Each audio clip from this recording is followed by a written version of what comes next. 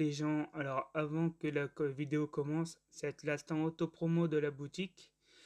Alors vous y trouverez des dessins digi et tradi. Je mets à l'instant une vidéo des produits disponibles sur la boutique. Je vous invite à y faire un tour et si vous voulez me soutenir, n'hésitez pas à acheter, ça m'aiderait énormément.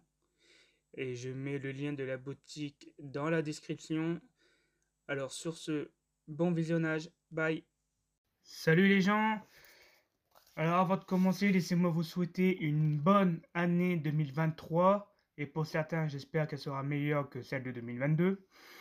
Alors, c'est une première pour moi d'être en off sur une vidéo, mais c'est pour réagir à ce qu'a dit un autre collectionneur qui est Mike Tigra, et pour le collectionneur de Mid-Close doit savoir de qui je parle.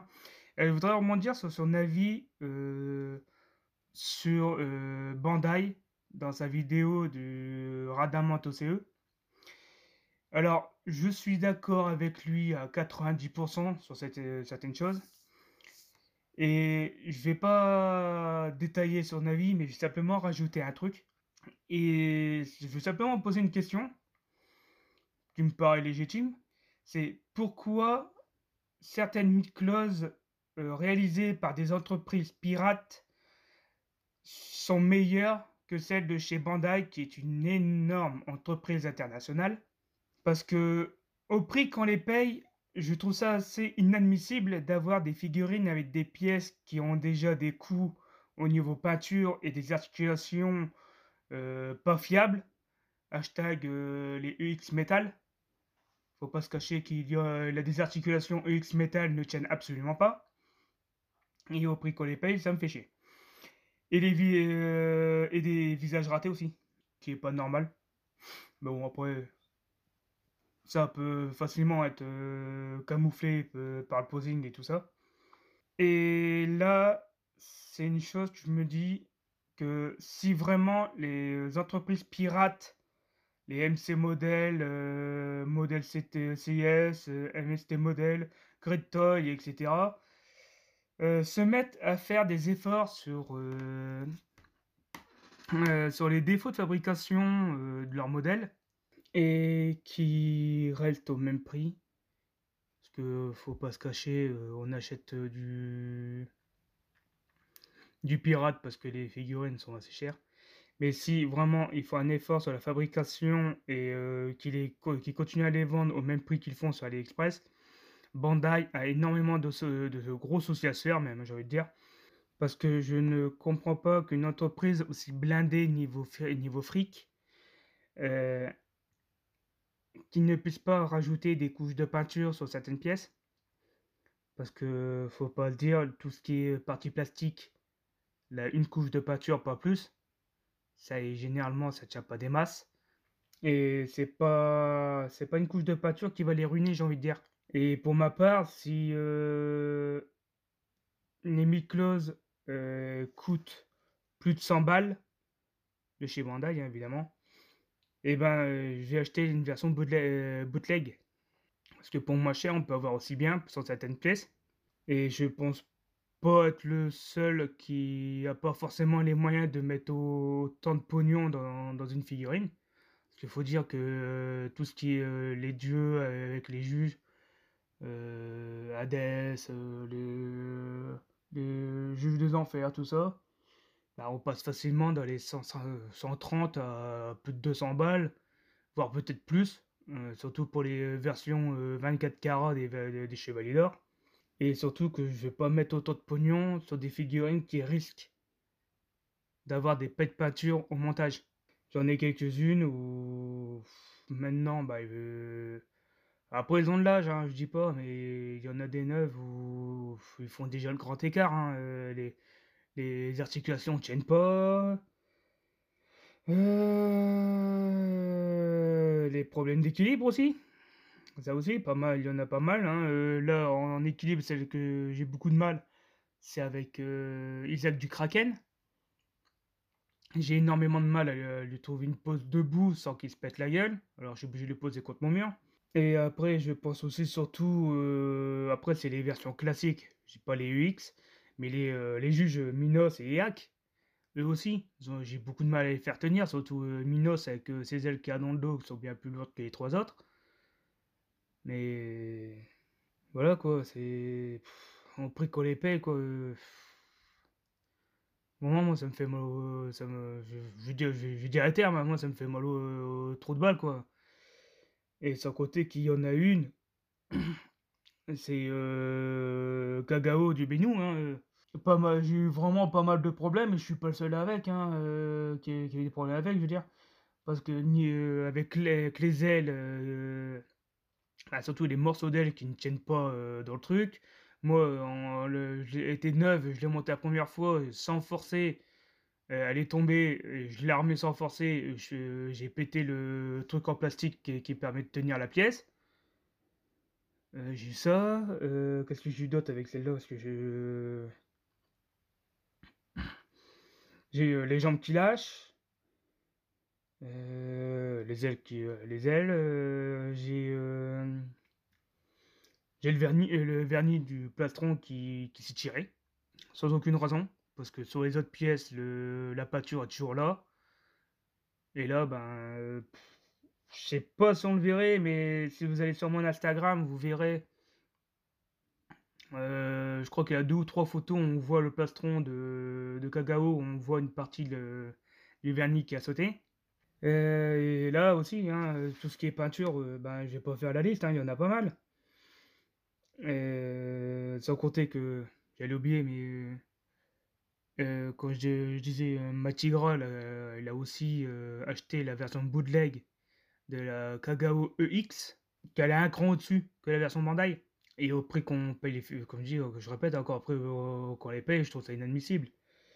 Après, pour les pets de peinture, il y en a une qui est bien connue, c'est le Dragon V3, hein, où là j'ai tout le diadème qui se barre en couille. Et pourtant, je l'ai acheté neuf, hein, je sais pas manipuler des masses, à part le monter-démonter pour un déménagement, mais c'est tout. Et la peinture a sauté. Là aussi, je me pose une autre question, c'est est-ce que Bandai ne fait plus d'efforts vu qu'on achète du bootleg, ou est-ce qu'ils font un peu comme les jeux Pokémon, c'est il y a des pigeons qui vont acheter, alors pourquoi se faire chier? Parce que là, ouais, sur certaines figurines, maintenant, ils améliorent un peu l'armure, mais rien d'autre, hein.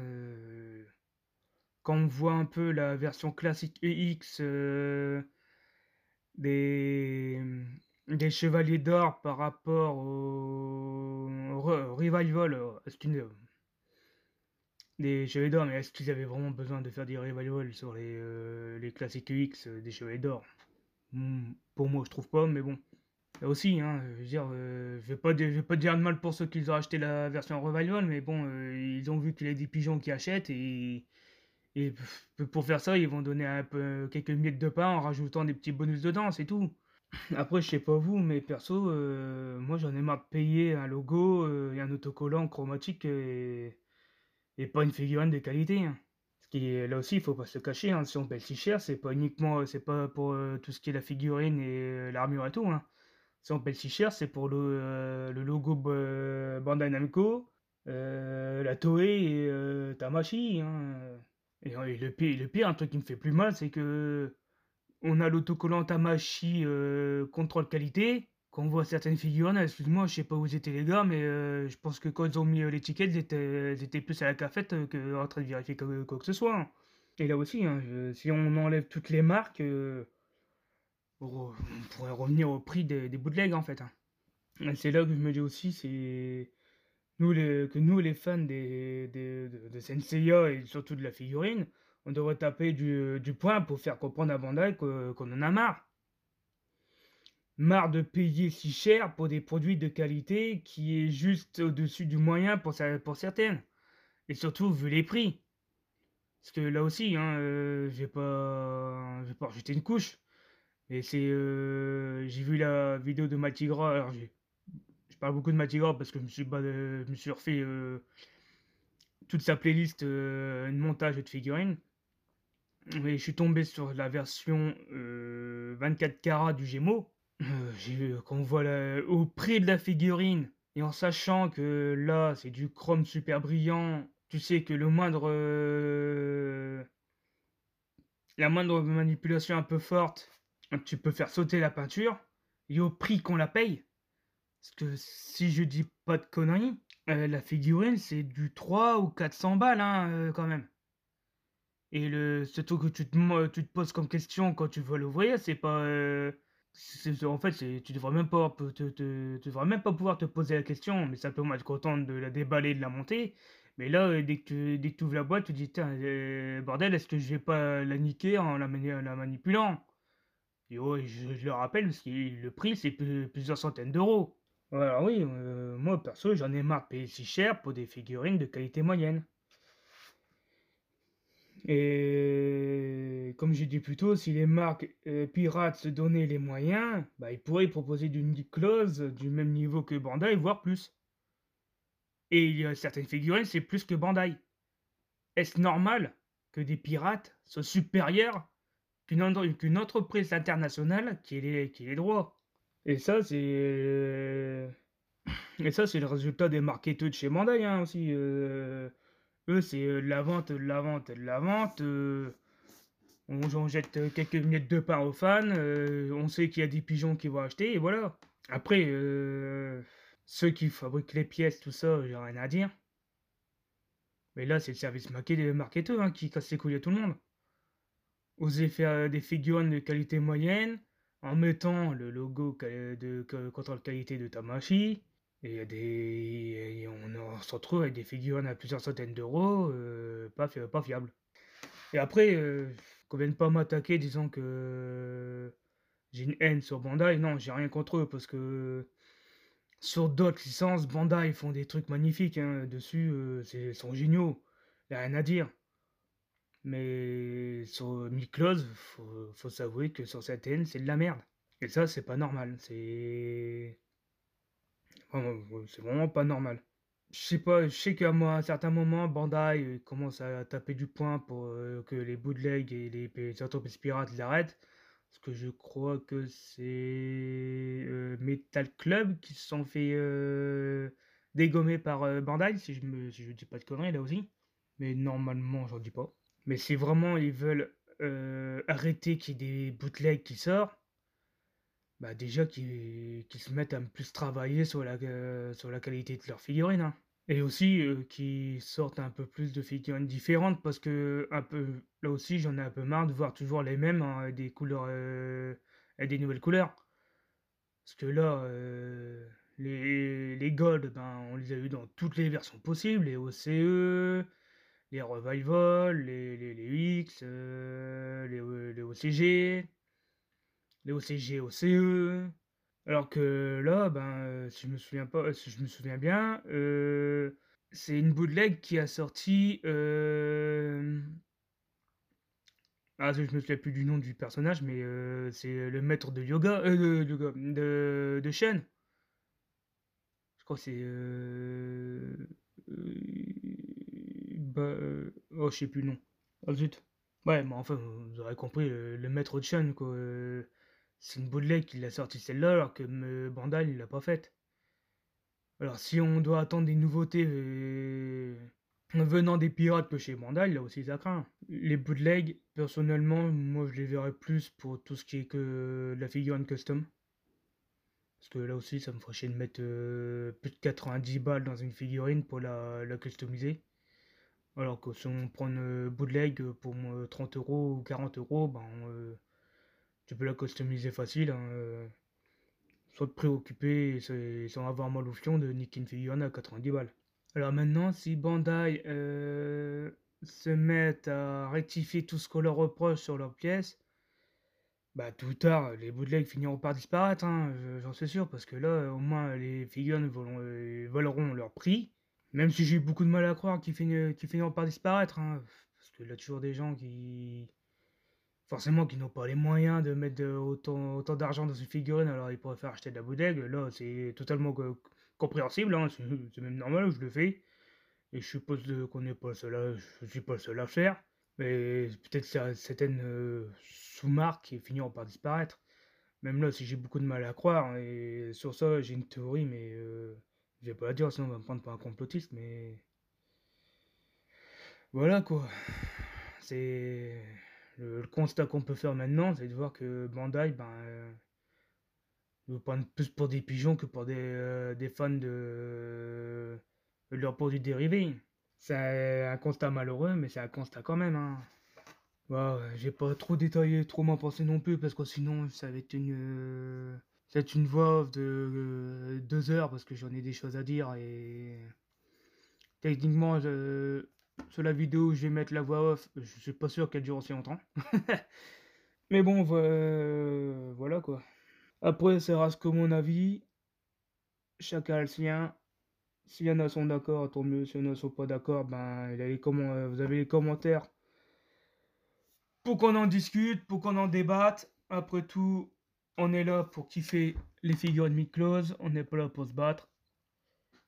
Et encore, j'ai encore eu la preuve cette semaine quand j'ai une de mes figurines qui est tombée et que j'ai eu la jambe cassée. Là, il y a un autre collectionneur qui m'a offert un corps, alors que j'étais prêt à l'acheter. Il m'a offert un corps. Vous voyez, c'est là aussi la communauté, même si j'aime pas le mot communauté, mais bon, on va dire ça. La communauté Miklos SNCA est géniale. Si on oublie les rageux. Parce que j'ai jamais vu un entraide comme ça d'autres mm, sur d'autres marques et surtout sur d'autres licences de figurines. Quand maintenant on fait le concours de celle qui a la collection la plus grosse et celle qui est la plus petite, on leur tape dessus. Alors que moi je vois pas ça sur les collectionneurs Miklos. Alors c'est pour ça que ça reste que mon avis. S'il y en a qui sont pas d'accord, on en débat. Il n'y a aucun problème. La discussion est là. Ça rien de se cracher dessus ou faire des polémiques pour rien. Et pour ceux qui veulent voir ou qui veulent écouter l'avis de Maltigra, je mettrai le lien de la vidéo dans la description avec sa chaîne. Pour ceux qui ne sont pas encore abonnés à lui, allez-y parce que franchement, il fait du bon taf. Hein, faut dire ce qui est. Il a une belle collection. Il s'est monté, il sait rendre ça intéressant. Là-dessus, j'ai rien à dire. C'est nickel. Alors allez le voir, il fait des trucs de fou. Et moi sur ce, je vais vous laisser là. On se revoit dans les commentaires si vous voulez débattre. Et sur ce, je vous dis bye.